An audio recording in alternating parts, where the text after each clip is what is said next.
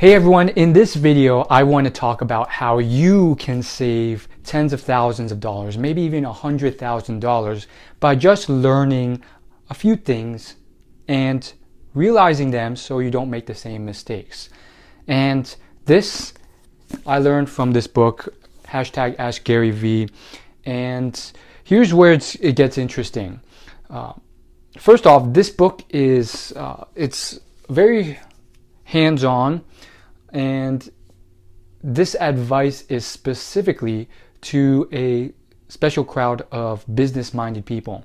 So this is a personal development themed channel, but there's definitely a business edge to it. And so this is mainly for people who own a business or are part of a business and are involved in the marketing of that business and can spend money on that business. Or maybe you don't spend money, but you understand the power of an email list and you're trying to market or get more email subscribers by partnering or getting someone else's email subscribers. So it's a very niche topic, but it's a very important topic considering that most businesses have some foot in the door in the online space, and email marketing is still one of the highest converting channels from a marketing perspective. So yes, it is very niche. And let me tell you a little story. So this book, if you guys don't know who this guy is, he's basically a man who runs a digital marketing agency, and he ran a very successful wine business before that. And he's all over the internet. He's like really into social media. I'm surprised if you haven't heard of him. But here's where it gets interesting. He mentioned something in this book that really just made me connect the dots, because this has happened before, many times in fact. And I really want to hammer home the point why this is one of the biggest reasons you should read books, or at least study the failures of other successful people.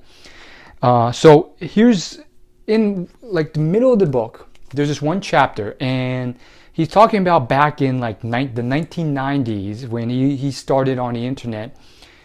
He was just starting to build his email list, starting to build his business, and he had a couple thousand email subscribers. And then he got approached by this company called luxury.com.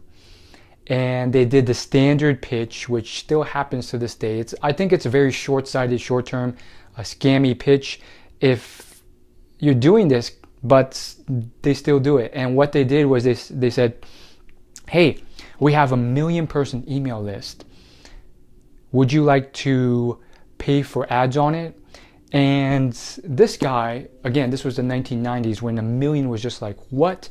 So this guy, his eyeballs lit up, and he was like, that's a lot of people. And so he spent $40,000 to advertise to get all those eyeballs, 1 million people, through that advertising. And what ended up happening was what you imagined. Basically,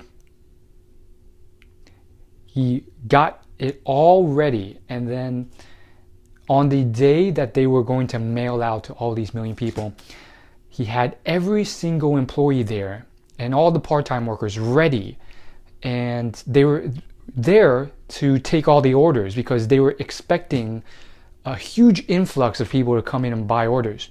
And instead, there's just crickets. No one ordered at all. And so here's why I think it was a bit of a short-term, short-sighted thing for luxury.com to do, because they didn't deliver for their customer. It's a lot of hype and not a lot of actual delivery. And of course, none of their customers will ever return if they keep doing stuff like this. And they probably knew at the back of their minds that like all those email subscribers, they were real email subscribers, but for whatever reason they were not engaged, and so none of them bought. And so they probably knew in the back of their mind, and they were pretty much selling this kind of mini scam going on. And so Gary learned a really important lesson, which was that, and again, 40,000 was a huge amount of his money at the time. He learned that it doesn't matter the size of the audience that you're marketing to or you're trying to reach. It matters how truly engaged they are, how many of them will actually buy. And some people will say there's like certain measures, like there's a lot of people like to use comments or number of likes, and those are probably better than number of followers, because there's been a lot of fluff and crap going on lately where people have 1 million followers, but 99% of them are dead. Maybe they were fake accounts, maybe they were real accounts, but they never engage. The point is, they're as good as dead. It's just a number on a screen. And even to this day, too many people are trying to play this off. They're trying to either make money from others or trick others who don't know any better by saying, I have 1 million visitors to my website, or I have 2 million followers on Instagram, when in reality they really have like 2,000 true fans that actually engage. And the reason why I'm a bit sarcastic and I roll my eyes is because I do think that even comments don't go far enough, because people can comment but they're not really engaged, nor are 99% of them really looking to buy. So maybe a really good measure would just be the depth of a comment, especially on a blog. If they write really detailed, long comments that really express their personal feelings, rather than just a one-word comment like cool, then there's more of a chance that this audience is engaged. And even then, it's not a perfect measure. And as I say this, this guy, I think everyone, they're kind of guilty of what they preach a bit. Recently, this guy, he wrote a post on his blog, and it was basically like, look at all these. He basically was talking about Snapchat and marketing, and he was like bragging about how one of his readers got tens of millions of impressions on Snapchat through paying for them at a really cheap cost. But at the same time, it's kind of like, again, same kind of type of concept. You could get a lot of people, but if you don't package it right, you can let a lot of those people slip by, or if they're not the right type of people, if they're not engaged, doesn't matter how many you get. So I think that's really cool. And here's where I start connecting the dots. So first, David Ogilvy, who is a lot of people consider him the father of advertising and one of the most successful founders of an ad agency in existence. He grew his ad agency from zero to something that charged billions of dollars per year. And he's written a lot of books giving advice to young people. And in one of his books, it's called Confessions of an Advertising Man. He says, it's not about how much you pay or how many people you get in front of you.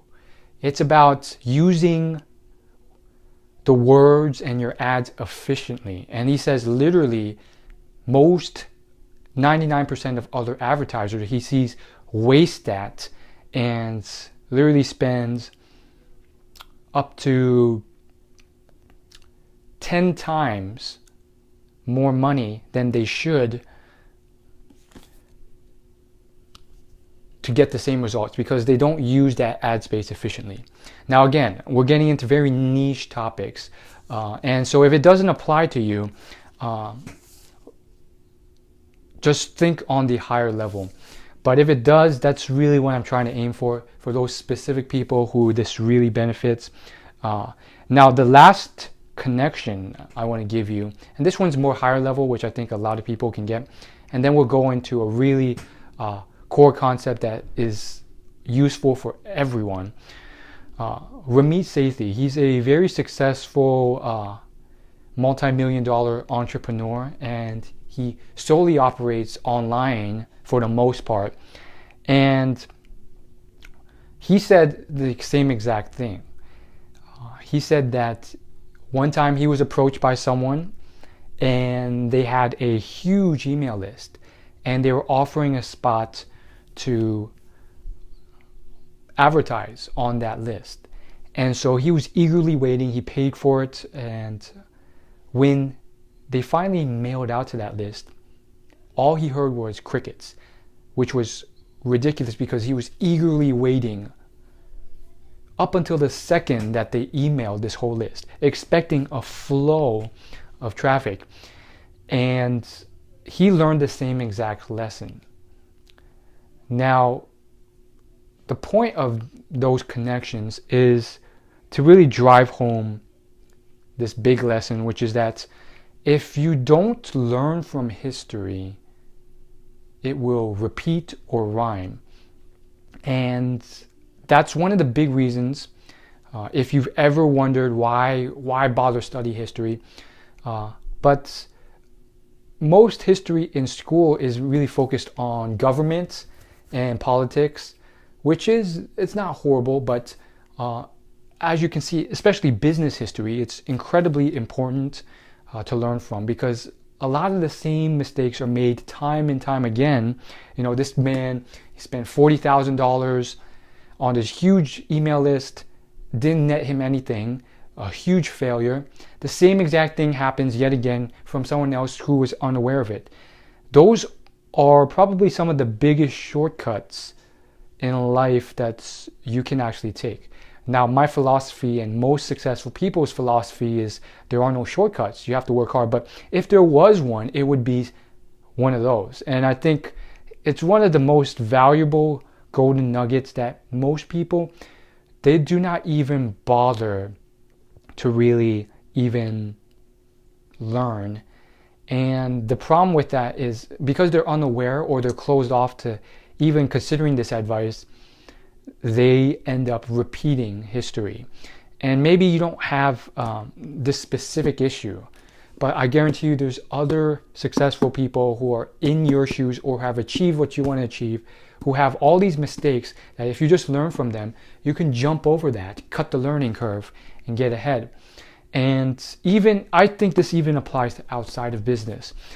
For example, the book Top 5 Regrets of the Dying lists the top 5 regrets of the dying from a nursing home nurse who saw hundreds of people pass by and die and express their regrets before they died.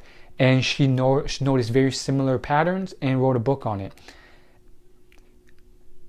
Most of the time, millions if not billions of people, they're born and they die without ever improving from generation to generation. And the same regrets, the same mistakes are constantly made. One of those regrets is, I wish I had lived a life that was true to myself rather than one that other people wanted me to live.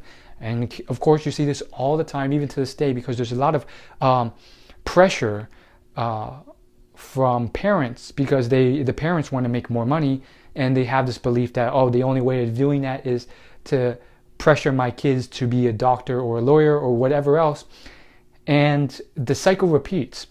And so that's just one specific example, but you can kind of see how if you just took some time to learn from history, you can really get ahead. And if you're still watching this video, I think you're one of those open-minded people, because this video was not that well done, to be honest. It was poorly done, didn't have the best hook at the beginning, and most people would have dropped off by now. So if you're still engaged somehow, it shows that you really derive some value from this, and you have that open mind and ability to see this.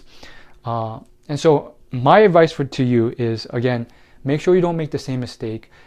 Don't get won over too much by the numbers, because that is an easy vanity metric that doesn't mean that much. And then the second thing would be find what matters to you in your goals, and then find how you can learn history so that you don't make the same mistakes and you surmount them.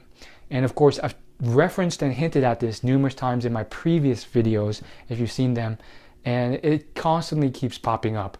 Ray Kroc, for example, he made some real estate mistakes when he was growing McDonald's. He signed some really crappy contracts that really took all his money and prevented him from ownership in a lot of real estate and businesses, and that really cost him a lot. And if he had just known that beforehand, he wouldn't have screwed up.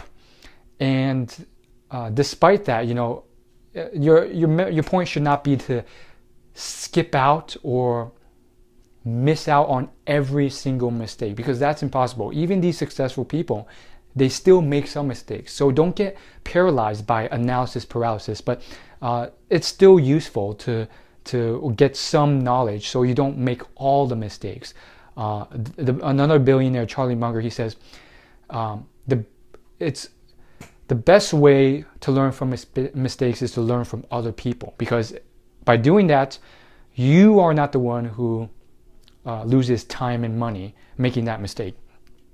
And so what's interesting is that McDonald's, Ray Kroc, eventually, despite those mistakes, grew that into not only the biggest burger joint, but most people don't know this, one of the biggest, if not the biggest, real estate business in the world. And people don't realize that McDonald's is a real estate company. It's not just a food business, and a lot of other food restaurants and fast food joints don't do that. And I think it's a very smart move, just from an outsider's perspective who doesn't know much. But still, I just think it's really important and impressive of a move, because that type of foresight allowed them to pretty much own all this real estate in the most valuable spots across the world, and not only depend on your food business to work well. And a lot of other fast food businesses didn't do the same thing. And just to connect that dot with another one, Sam Walton, who built Walmart into probably the most profitable business in existence, if not the most profitable, one of the most profitable. Sam Walton's business, I don't know the specific numbers, but it's generated hundreds of billions of dollars for him and his family. And it started as this like small store. And so I don't want to ramble here. The point is, this man, he made a similar mistake with real estate and contracts. So when he started with that small, tiny convenience store, what ended up occurring was that convenience store really, he made a mistake by signing a contract that lasted like 4 years or so, or 3 years. And on the final year, he got screwed over completely, because what ended up happening was that this store, they saw the value of and the amount of money he was generating because of his hustle and hard work. And the person who owned the rental space pretty much would not let him renew his lease, because he had a son who he wanted to pass on something to. So he gave him an ultimatum. You have to sell your store and give it to my son, and I'll give you a good deal, but I will not renew your lease. And so that cost him a lot, and he had to start from scratch again. So he knew to really read contracts and sign them. And that is really funny, because another really big YouTuber, FouseyTube, he made the same exact mistake years and years later. So FouseyTube, he's a millionaire off YouTube, and early on in his YouTube journey, he just signed with a random YouTube network. And it turns out this wasn't a real network. It was this like one guy who made it look like an official network. And this guy was siphoning off 99% of his money. So that cost him $100,000 based on his estimates. Now, he likes to exaggerate, so it might have been less. But the point is, he lost a lot of money because he signed with a illegitimate network without reading the contract. So it's those small things I think it's really important. And from there, by learning all that and studying history, sign contracts, make sure you really read them and make sure you're not being screwed over. And then Sam Walton, he also made a bunch of real estate mistakes. He got into the whole mall scene back when shopping malls were not big, too early on. So he learned the lesson. He wasted a lot of time and money, years of time and a lot of money trying to get into the shopping mall scene, which he knew would be big, but he was too early on. So he learned the lesson of that even if an idea is great, it may not be its time yet. And so there is, although there may be a first mover advantage, there is something where you can be too early, way too early. And of course, as I keep talking about this, I keep identifying other connections. For example, the Chinese billionaire behind the biggest e-commerce store in China, Alibaba, his name's Jack Ma. I watched a documentary about him called Crocodile in the Yangtze. And long story short, he made the same mistake. Well, it wasn't a mistake per se. It was just an observation. He saw the internet and he was like, this is going to be huge.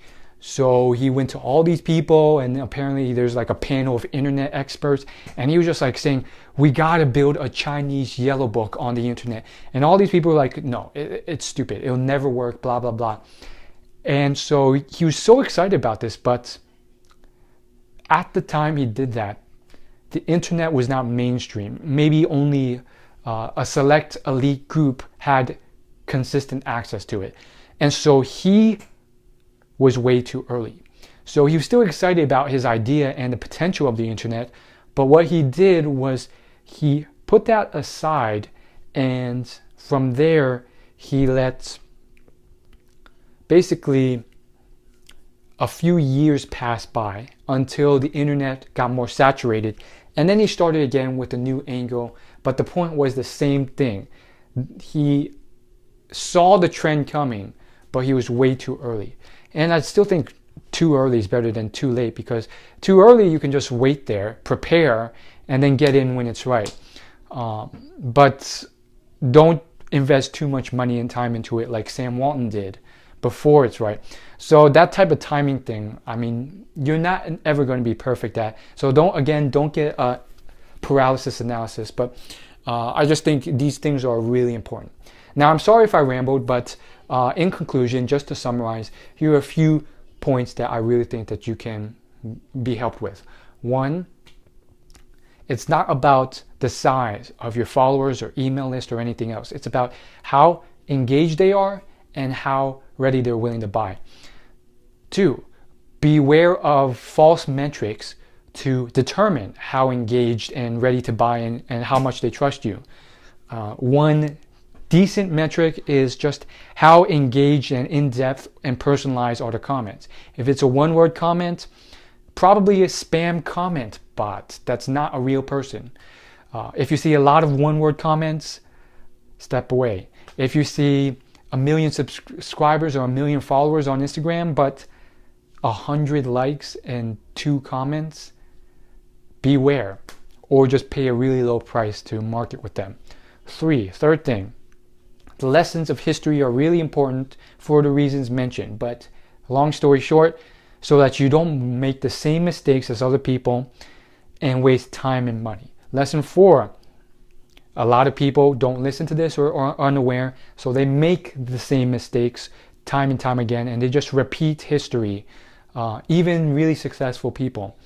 And they could have shaved off a lot of years of frustration and wasted money.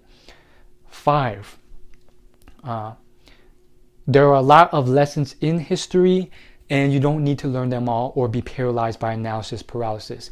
Instead, what you should do is simply find what you're trying to achieve in life, and then find people who have done that already, specifically, whether it's real estate or building a YouTube audience, for example, whatever it is, listen to them discover their mistakes so that you can at least skip over a few of them.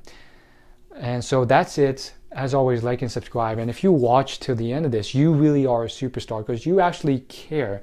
And despite this not really being a social media friendly video because it's not packaged in a top 10 list format, you still stuck to the end because you valued what I had to say. So thank you, and I really think that this will help you.